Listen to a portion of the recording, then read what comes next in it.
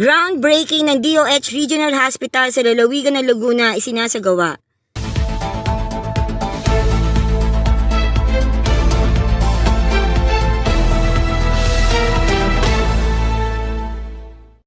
Bago tayo magpatuloy, huwag kalimutan mag-follow, mag-like, at i-share iyong aming Facebook page. At huwag din kalimutan mag-subscribe sa aming YouTube channel, ang Serbisyo Balita Live Online. Maraming salamat po. Andito po tayo sa bayan ng Bae, kung saan sasaksihan natin ang groundbreaking ng Regional Hospital dito sa bayang ito, na kung saan magkakaroon na ng katuparan ang isa sa mga pangako ni Gobernadora Ruth Mariano Hernandez. Hindi katulad na ilang naghahangad sa posisyon na puro salita at pangako pa lamang, si Gobernadora Ruth Mariano Hernandez ang butihing may bahay ni Governor Ramil Hernandez ng Laguna at kasalukuyang Congresswoman ng 2nd District ng Laguna ay binigyan na ang realidad ng kanyang mga pangako sa pangunguna sa ongoing na groundbreaking ceremony na ipapatayong tertiary hospital, ang Laguna Regional Hospital, na sasailalim sa pamamahala ng Department of Health dito sa Barangay Puypuy sa bayan ng Bae, lalawigan ng Laguna.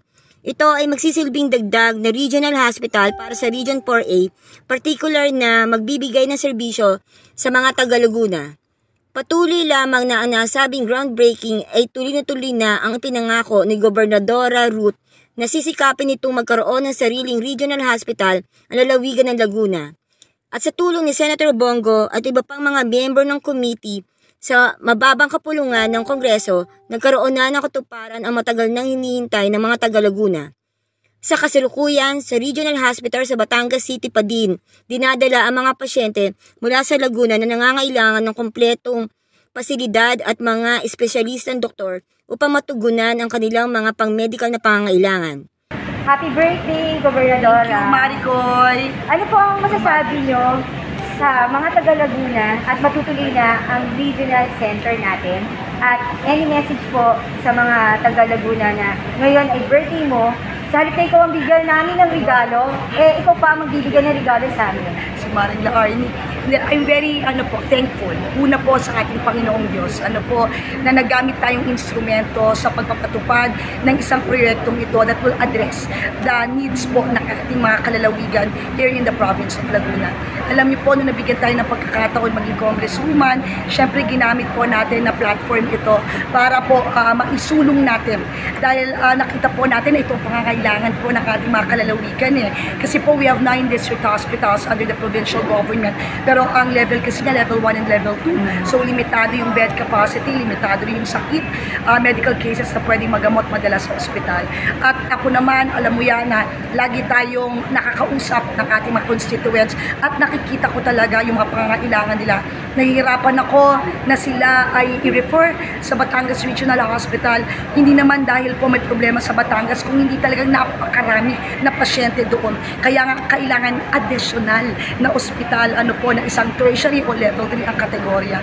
So yun po ginawa natin na isulong po ang batas na ito. At pagkatapos ng maraming challenges, mahabang panahon, nandito na tayo.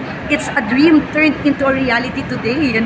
So masaya-masaya po tayo. Maging instrumento, groundbreaking ngayon. So ito na po ang simula, ng katuparan ng ating pangarap sa pagtatayo ng isang tertiary, kumpleto ang serbisyo, pasilidad na public hospital, government hospital in the province of Laguna. And yung sinasabi mo tungkol sa regalo dahil birthday, sweetheart, I'm a public servant through and through. Alam mo yan, Mare. Alam mo ang history ko.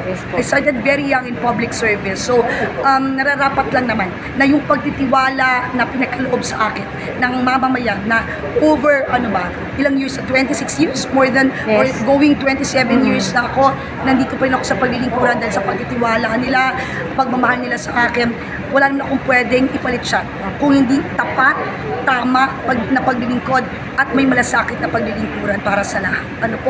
Na alam ko mga problema nila, maging instrumento ako na matugunan ang problemang yun. Yun yung gusto natin. Malasakit na paglilingkuran handog po sa lalawigan ng Laguna.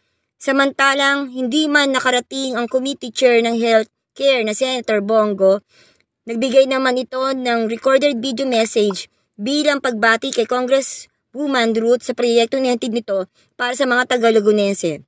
Dumalo naman ang mga alkalde ng ilang munisipyo at lungsod upang saksihan ang nasabing groundbreaking ceremony tulad nila Mayor Rosie Sal ng Calamba City, Egay Ramos ng Bayan ng Pila, Mayor Ton Genuino ng Bayan ng Los Baños, Mayor Patrick Go ng Bayan ng Sinuluan, BM Attorney JM Karait, at si Laguna 3rd District Representative Congressman Amben Amnante.